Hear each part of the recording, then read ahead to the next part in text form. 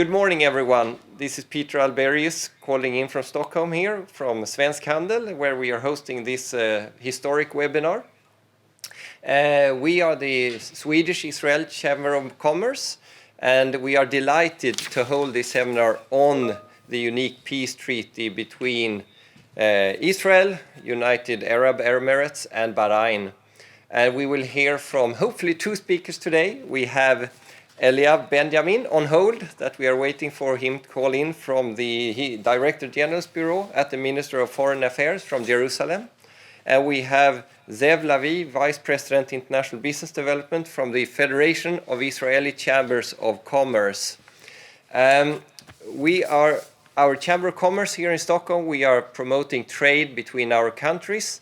And this webinar is the fourth of a series of webinars since we entered this phase of online meetings due to the current situation.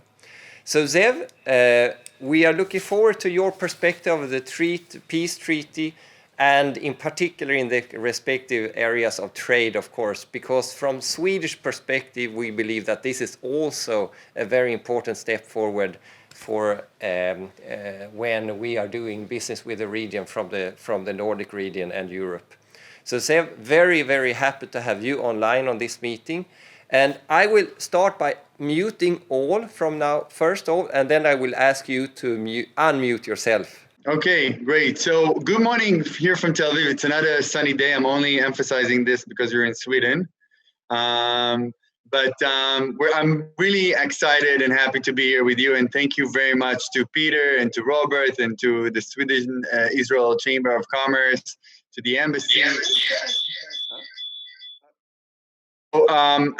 Thank you everybody for hosting this day. Let me just introduce myself again. My name is Zeev Lavie. I'm the Vice President of the Federation of Israeli Chamber of Commerce. To those of you who don't know the Israeli Chamber of Commerce, so the FICC is the largest and oldest business organization in Israel. We were actually founded 100 years ago in 1919. Even before the establishment of the State of Israel, our first president was Meir Dizengoff, the first mayor of the city of Tel Aviv, for those of you who visited Tel Aviv. And we are a national-based organization that aims to advocate and promote the agenda and rights for the employers, for the private sector in Israel. So we associate and represent the private sector in Israel. I'm heading the international division. The Chamber of Commerce is part of a global network of chambers of commerce, the World Chamber Federation that sits in Paris. We're also part of the Euro Chambers that sits in Brussels.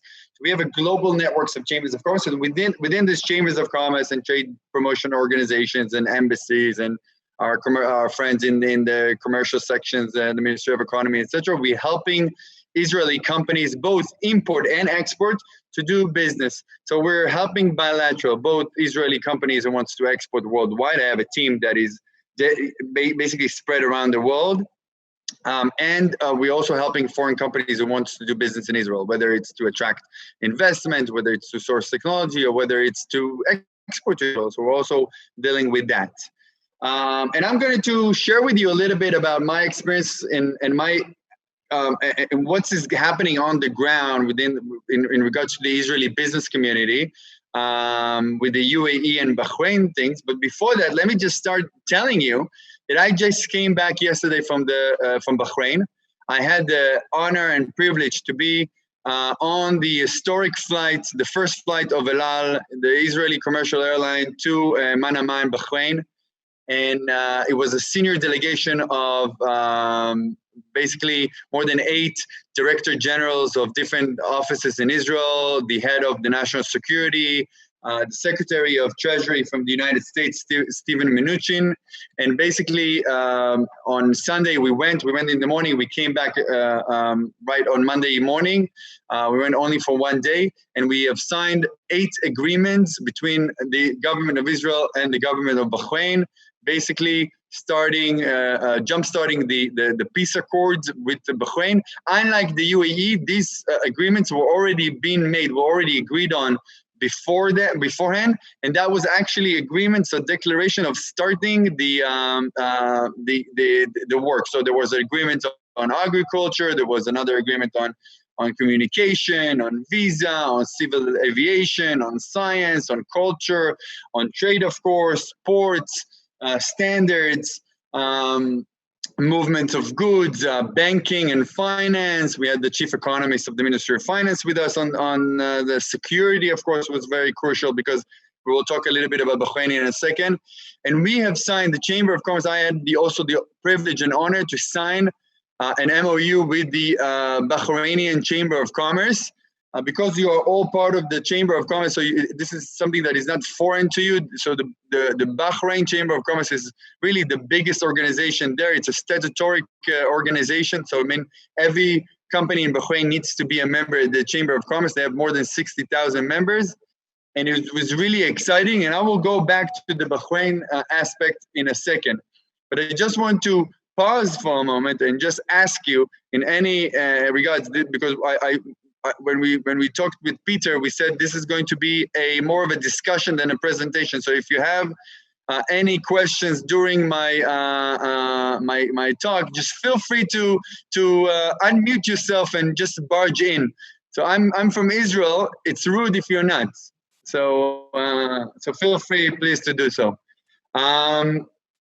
So let's start with what we're seeing with the business. First of all, ever since this thing broke, I think it was a month ago, it looks like a lifetime ago, there was a huge excitement and a huge chaos, what we call in Hebrew balagan, regarding this agreement with the private sector, with businesses, because immediately Israeli businesses, for those of you who've worked with Israelis, they are very pioneering, and they are very fearless. Immediately, we had more than 100 calls from businesses saying, hi, I want to jump on a plane. I want to be there.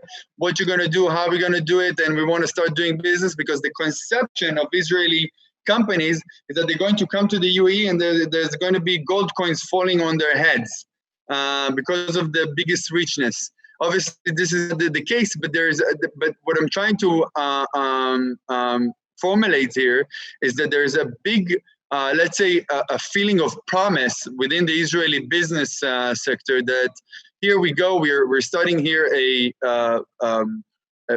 peace accord with a countries that is super rich, oil rich, and I just need to get like one of the sheikh families, and I'm going to mate it, and I'm going to get a lot of investment and capital, and I'm going to succeed in business.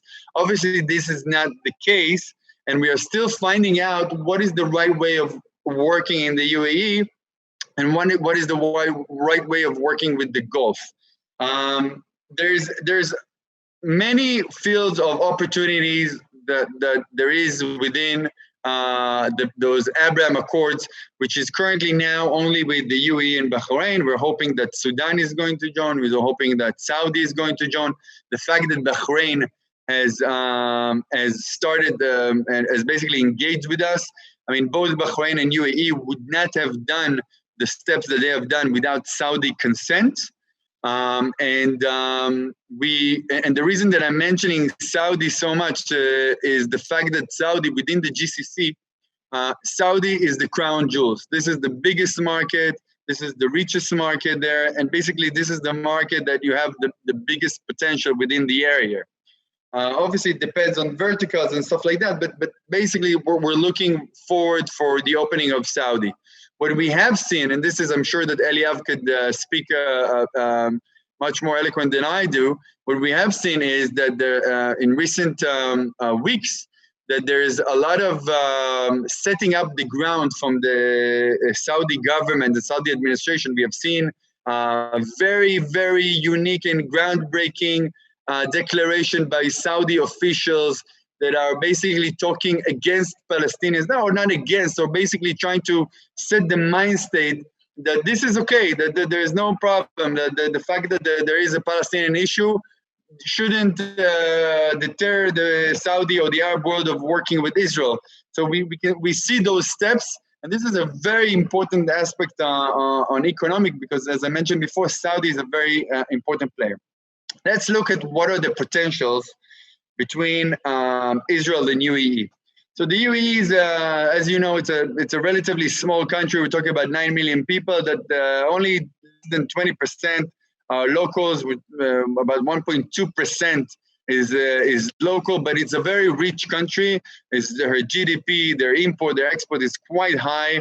Israel has a GDP of 40, a PPP purchasing power of, let's say, $43,000, which is more than 42, more than Japan, more than Spain.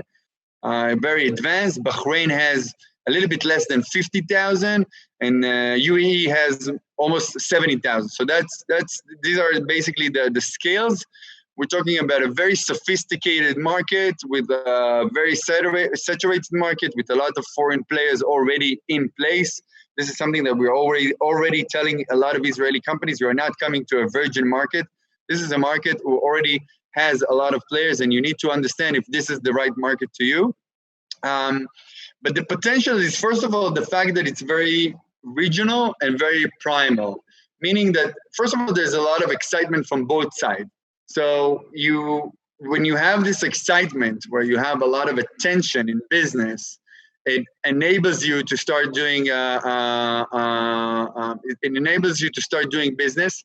There's a lot of seeking of investments. A lot of funds, Israeli VCs are looking for investors or looking for Arab money to come to the Israeli market. There's a lot of talks about investments in infrastructure. We're talking about, there was the chairman of DP World, which is one of the biggest conglomerates in the UAE, who was visiting Israel yesterday. They made some sort of a business venture with Shlomi Fogel, head of the Israeli shipyard. They're talking about getting ownership on Haifa port. So we're talking about not only investments in tech, we're talking about also investment in infrastructure.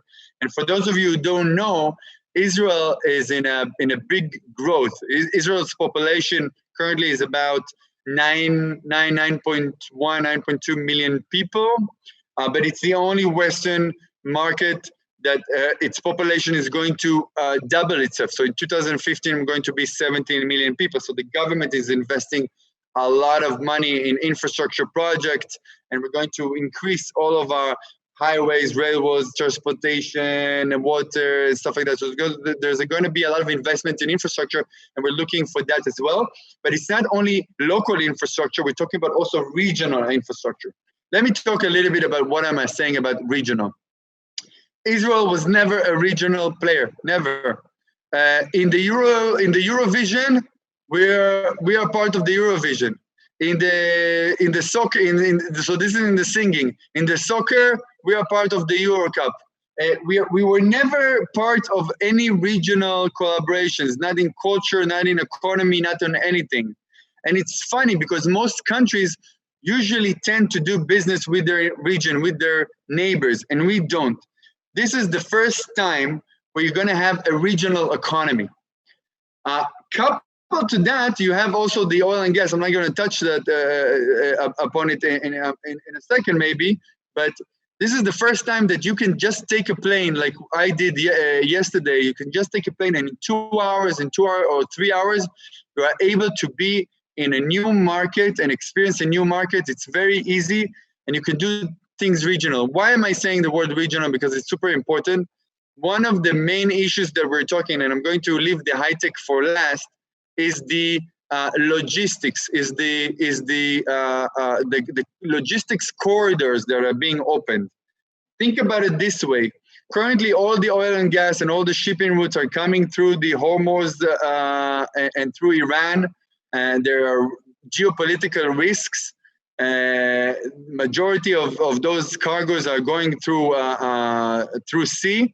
Now there's a possibility to also to do a land route that will go through Saudi, through Jordan, and then have an access through the Haifa port to Europe and to the West. That is a groundbreaking idea. Also, another groundbreaking idea is in this logistical routes are using Eilat port. Eilat is the southest seaport of Israel, and it connects with the Red Sea. Okay, so instead of using the Suez Canal, which is in Egypt, you can actually use the Eilat port that is usually not used right now, only for automotive that are coming from the east. Make a train line and basically move goods to the Ashdod port or to Haifa port, and from that another route to Northern Europe, Turkey, Cyprus, and obviously Italy, etc., etc., etc. So there's a great potential in this logistics aspects of trade that has a ramification on the geopolitical aspects, because it enables you to have more alternatives to a, let's say, very unstable sea routes. So that is one. The other aspect, if we're talking about logistics, is the air freight. Yesterday, there was the first flight of Etihad. It's the Abu Dhabi Emirates, let's say, airline, and they have announced they're launching 28 weekly flights from Israel to the Emirates. This is astonishing. This is amazing. So we're talking about a 3-hour flights, okay, from Tel Aviv to UAE, to Abu Dhabi or Dubai. Dubai has positioned itself as a world hub of aviation. This is one of their biggest industries after oil and gas. It's aviation. So in each commercial flight, you have places for cargo that can go to the east. These are much more cheaper prices than what you have now with Turkish Airlines or with Airflot or with El Al or other aspects. So it's cheapening the cost or the transactional cost of doing a business. That's one. Secondly, we're talking about mega tourism. Tourism is going to explode. That's going to be the first thing that's going to explode. They're aiming to the Israeli tourists. The Israeli tourists are very, we have a herd mentality. So once it's going to open, you're going to have a flood of Israelis, and the Israelis like to spend money. That's going to be good. They're basically aiming for that. And another thing is the connections. So imagine what's the possibilities of connection from Dubai. You take a connection to Dubai. From Dubai, you can get anywhere in Southeast Asia or in Asia in general, or in Africa. So that's a great opportunities in terms of this logistical aspect, regional logistical aspect. This is one aspect. The other aspect of collaborations in terms of economy is working on challenges. I would say the biggest appetite, if you look at the GCC, because a lot of, currently what we have is basically peace accord, or basically some call it normalization, some would call it peace, where we're never at war, but basically a declaration of getting the two countries into a normal route, let's say, of doing business and doing culture and traveling and stuff like that. So currently we're having two agreements. One it's with UAE and with Bahrain. But mind you that these are two small markets, and when we talk on the regional, on the Gulf market, you look at the GCC. So you don't want just to operate in the UAE. You want to operate in the GCC, and the GCC market, which is comprised out of 7 countries, Saudi, the biggest of it, but you have Qatar and you have Bahrain and you have the UAE and Oman, of course. So the GCC market is the 4th largest importing bloc in the world. And what they're importing mostly is technology. They have a big appetite to import for technology, not only because all of those countries are basically in the midst of a process of diversification from oil to technology and to more sustainable resources, but because they need it, because they have some challenges. For instance, let's take one challenge that is going to affect them, it's climate changes.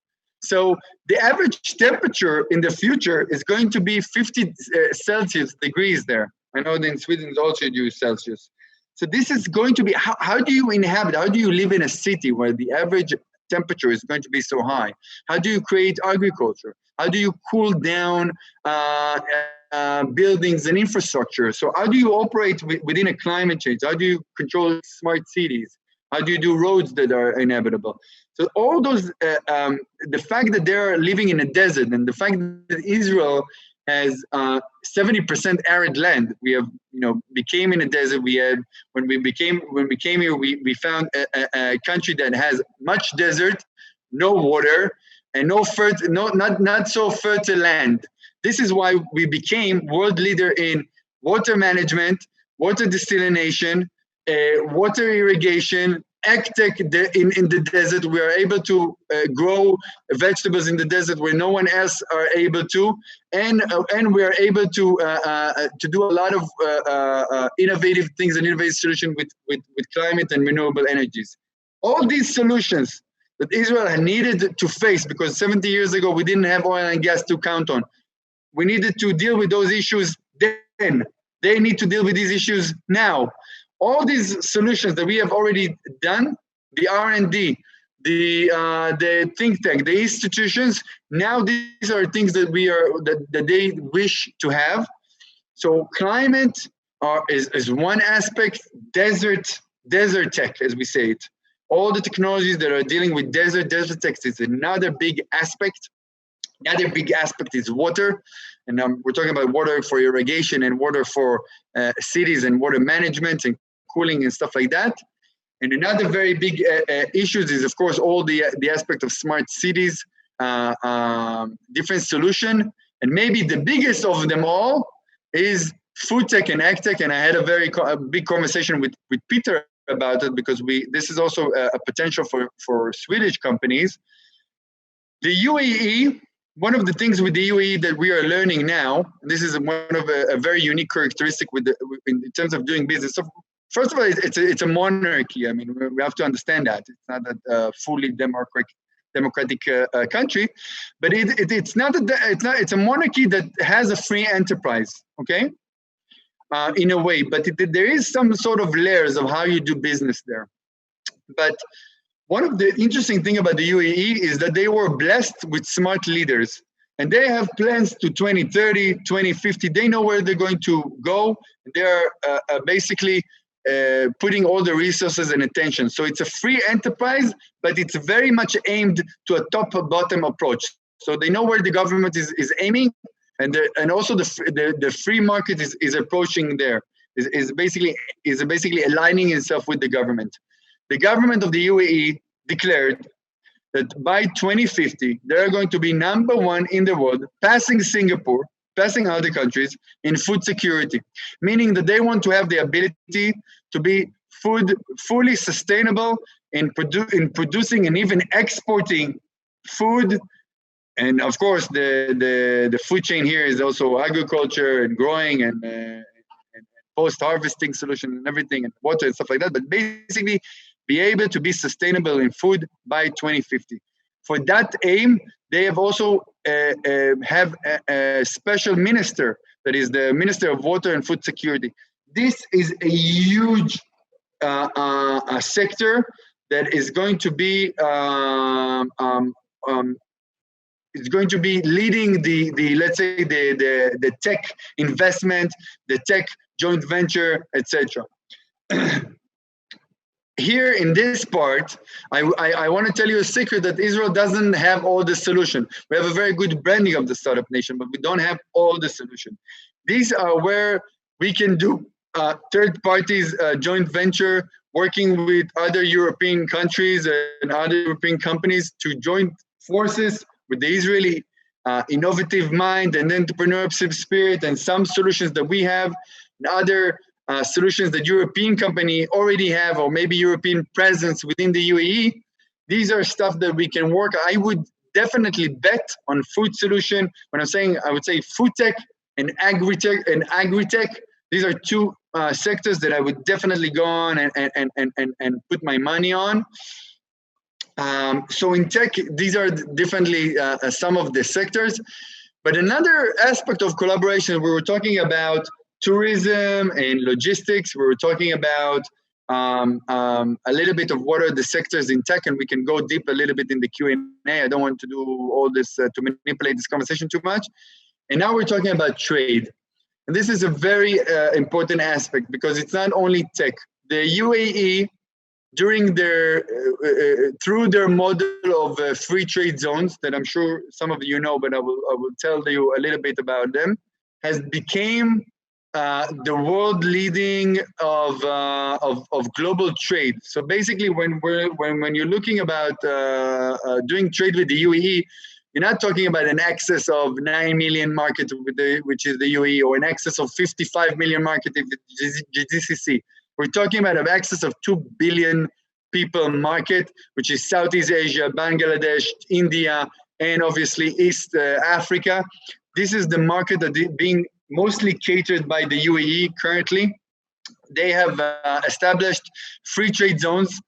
We have signed 2 agreements with the Jebel Ali Free Trade Zone. Jebel Ali is the port in Dubai, which is the largest seaport Western China in the world. Largest seaport Western China in the world. So it competes with Rotterdam. And in terms of volume of traffic, it has more volume of traffic. It's a huge seaport. And also the airport there is a huge in terms of air transfer. And what they have done basically, they created those areas of more than 40 free trade zones where companies can come, no tax, no corporate tax, no income tax, no nothing, no import and export tax.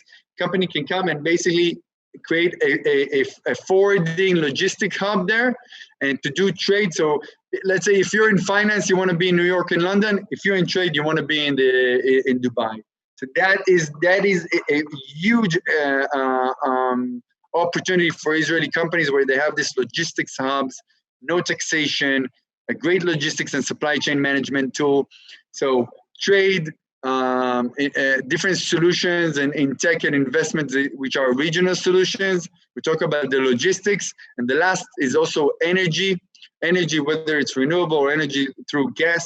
We're talking about the possibilities of creating, you know that Israel has a offshore finding and we are now selling gas to Jordan. The aspect of energy is a game changer in geostrategic politics because it enables you to use economy and energy in order to create a dependent and collaboration between regional countries. So if we are selling gas to Egypt or Jordan, there is a less likelihood that we're going to have war with. And if that's going to expand, okay, there's going to be less likelihood of wars with other neighbors. And this is, I think, one of the biggest aspects in collaborations of energy. I'm just going to pause for a second. I'm going to look at the chat box. And Peter, if you want to, go ahead and pitch in here. But let me just see the chat box and then I can continue with other aspects because I want to talk about Bahrain as well. So there's a question here. Is how about market research into various fields? How is it covered from both sides for companies to be optimists? What are the approach and how? Okay, so this is asked by Carl. I'm just going to tell Carl the following. I think that currently, Israeli companies do not work well with market research, not like European countries. They just steam ahead. I see robots doing like this. Israeli companies are just going forward. They're trying and then they're looking about the research. One of the things that we have done as a Chamber of Commerce, we've signed a strategic agreement approach with the Dubai Chamber of Commerce, which is the largest business organization in the Gulf, has 250,000 members. And we have done now a joint economic news paper. And Peter, I will share with you this paper that the Dubai Chamber sent me. It's a very long economic analysis that points out what are the potentials in trade, investment, and tech between Israel and the UAE. You can go over it. I didn't want to show it because I wanted to have a conversation and not a presentation. But you can go over it, and it's amazing. It's very thorough, and it can show you, it can refine and crystallize where are the points. But basically, what I said before then, which are the different sectors, the different verticals that I touch upon. I mean, internet, cyber security, food tech, renewables, building tech, construction tech, of course. All those kind of stuff are definitely the low-hanging fruits in this approach. Zeev, thank you so much for the incredible perspectives here, and I can't wait to collaborate further with your chambers of commerce from our small chamber of commerce here in Stockholm.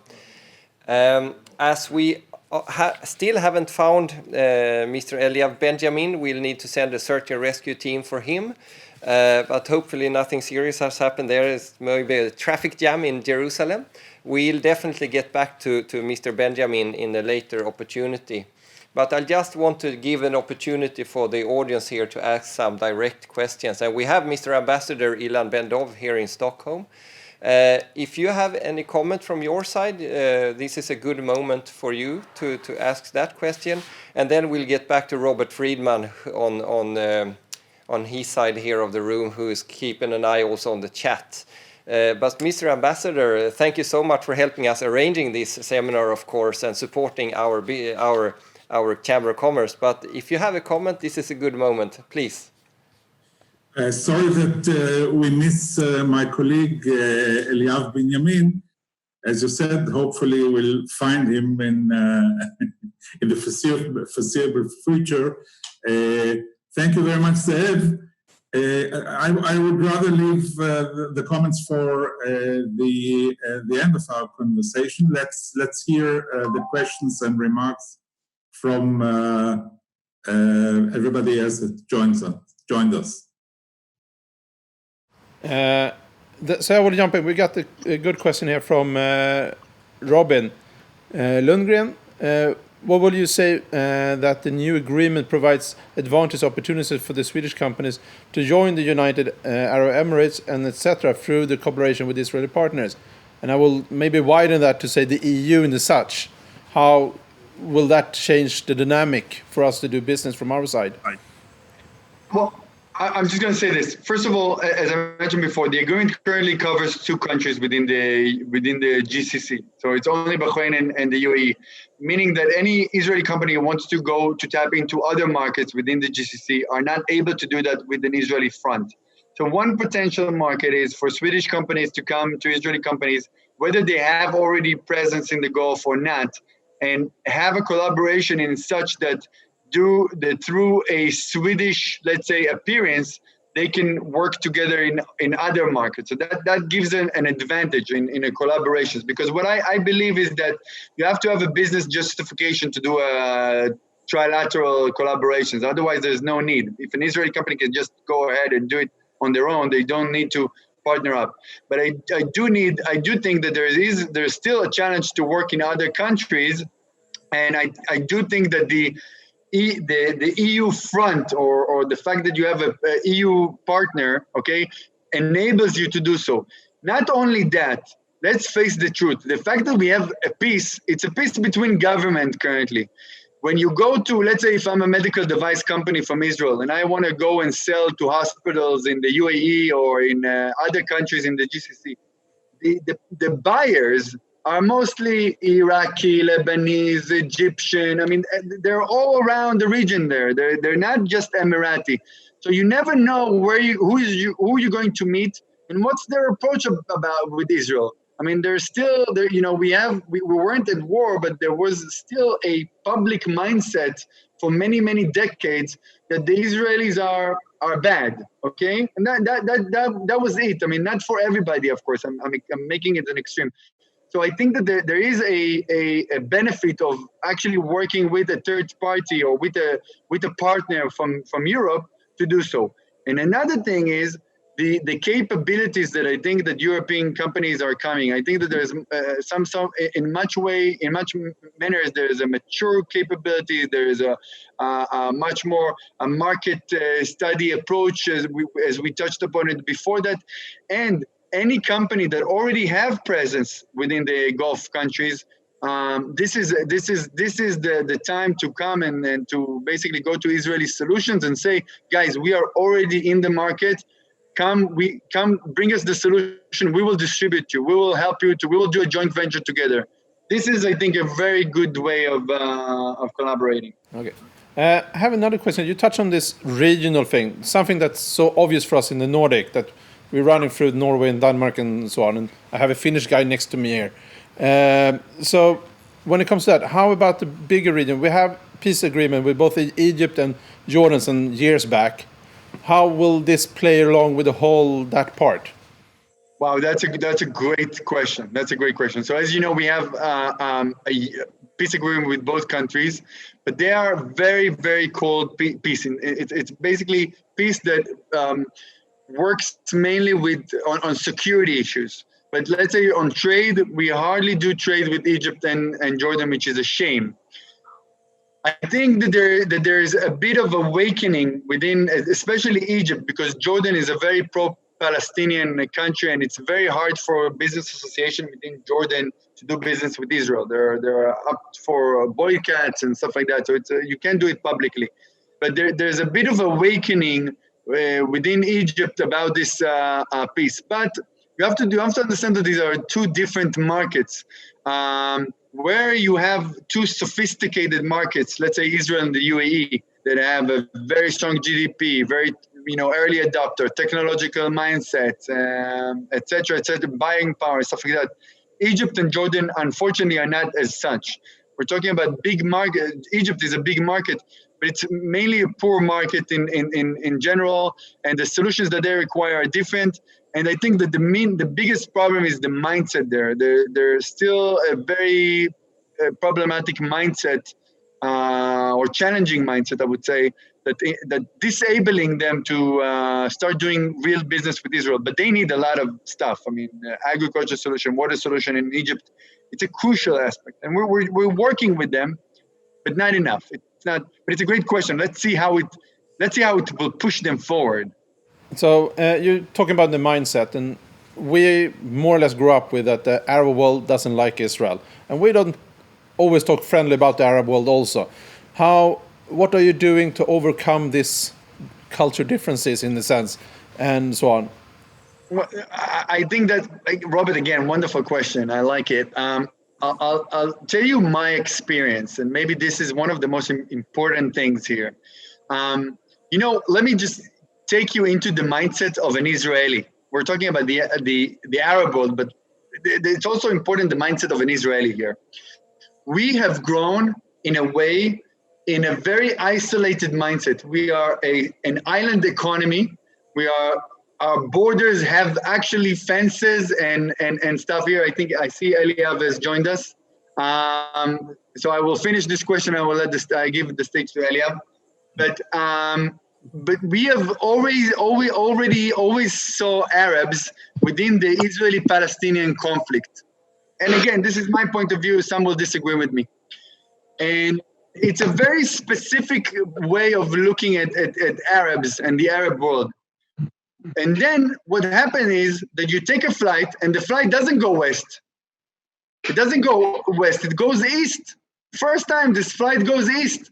And after 2-3 hours, you land in a place, and you have Qatari and Kuwait and people from all around the world, and all around from Asia, and Lebanese and stuff like that. All those countries who are, enemies in a way. And you see those people, and those people are like you. And you meet with them, and you sit with them, and you interact with them. And it gives you a regional perspective that you can, as you're Swedish, you go to Germany, you go to Finland, you go to Poland, you go to Germany. We don't have this. We don't have this regional thing that you go to take a flight to this. They have this. They take a flight from the UAE to Iraq, and from Iraq they do business with one another. We don't. And as in a mindset, it just gives you a different perspective. I think the fact that Israeli tourists and Israeli people, not only the business community, the Israeli people will go to the UAE and will visit a very modern and sophisticated Arab country will change their mindset in general. And I hope for the best, and I hope that this will be a catalyst to work and even influence the mindset with us and the Palestinians. And with this, I will conclude. And there's Eliav here. Peter, I will let you to introduce him, but I just want to say, I want Eliav to hear me as well, that the MFA, the Ministry of Foreign Affairs, is really being instrumental in working with those agreements. I'm saying that from a business perspective, because I work with them on the economy, but they're a great bunch of people, and they're doing great stuff behind the scene. They're not getting a lot of the time, the credit that they deserve. I just want to shout it out now. So thank you very much, Peter. I'm going to put myself on mute. Thank you so much, Zeev, from your nice perspectives. And actually, we have Eliav Benjamin joining the meeting. Eliav, hope you're doing good. We were almost getting a little bit worried here as we started 8:30 European time. Maybe that was one of the reasons for you not joining as planned. How are you doing, Eliav? I'm well, thank you. I apologize for the delay. Yes, I think the time difference was a bit of lost in translation, but I'm here with you now. I'm terribly sorry for that miscommunication. And we've had a very interesting seminar with Mr. Zeev Lavie from Federation of Israel Chamber of Commerce, hearing a lot about the trade implications of the peace deal. As we are running a little bit later than planned, Eliav, can we ask you to give a 10-minute perspective on the political background and perspectives of this peace agreement? And then I'm sure we'll have one or two questions for you as well, Eliav. Is that okay? Sure. And again, I apologize. And Zeev, also thank you for your warm words. And of course, to you, Peter, for organizing this. This really is a privilege. I mean, we're dealing literally day in and day out on making things into a reality with these relations. And part of this, from a governmental perspective, if you want, is reaching agreements that we're going to be signing, a few of them in a couple of hours, actually, at Ben Gurion Airport. And these are agreements that are meant to bring about the ability to do business directly between Israel and UAE in this regard, and of course the broader region. And from what I heard also from Zeev, we touched a bit upon the political side and the region. Yes, there is a huge political interest in doing business together, in promoting the ties, and everything that we've done for the past, 20 years under the table quietly. That only a handful, if you want to, not a handful, but only a few hundred Israeli companies were able to operate in the UAE, in particular in the Gulf at large.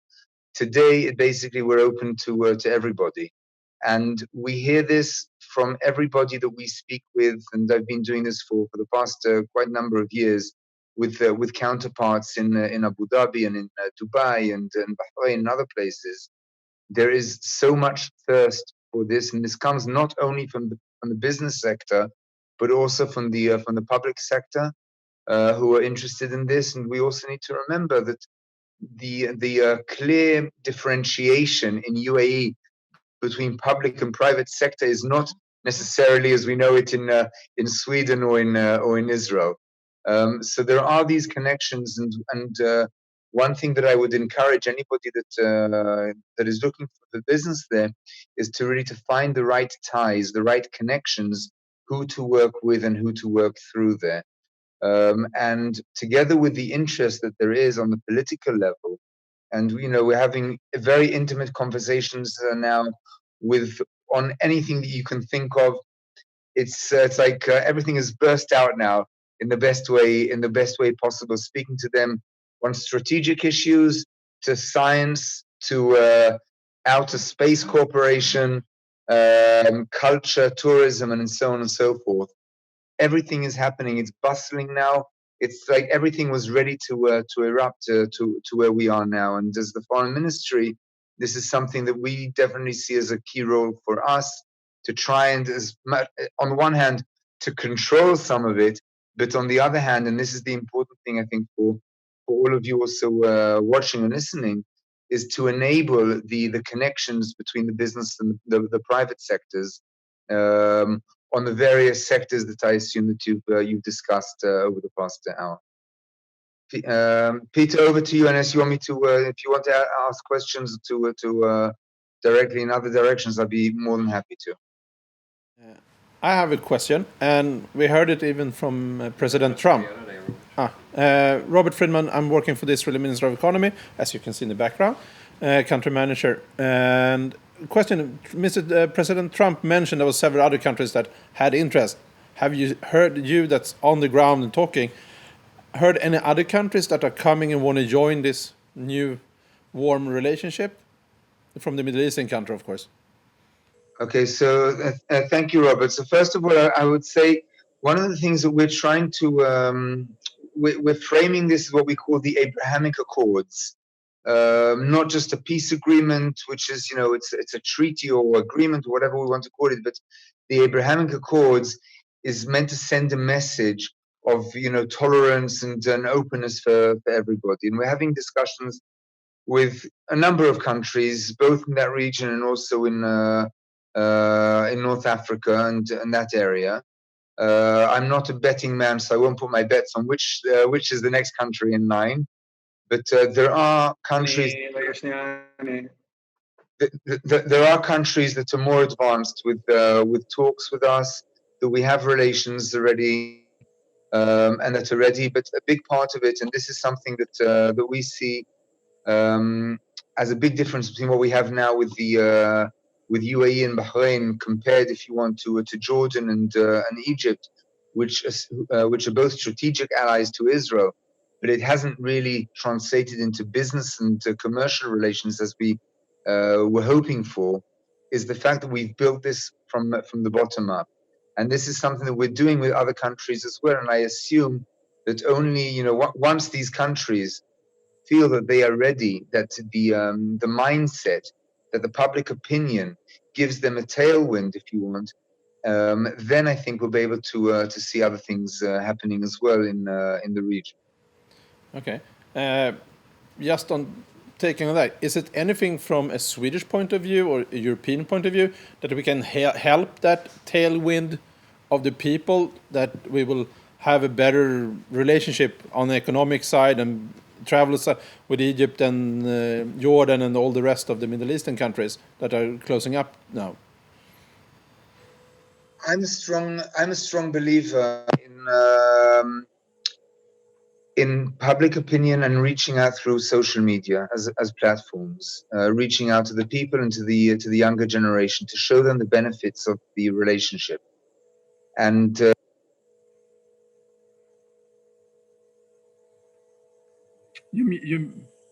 Eliav, you have mute yourself.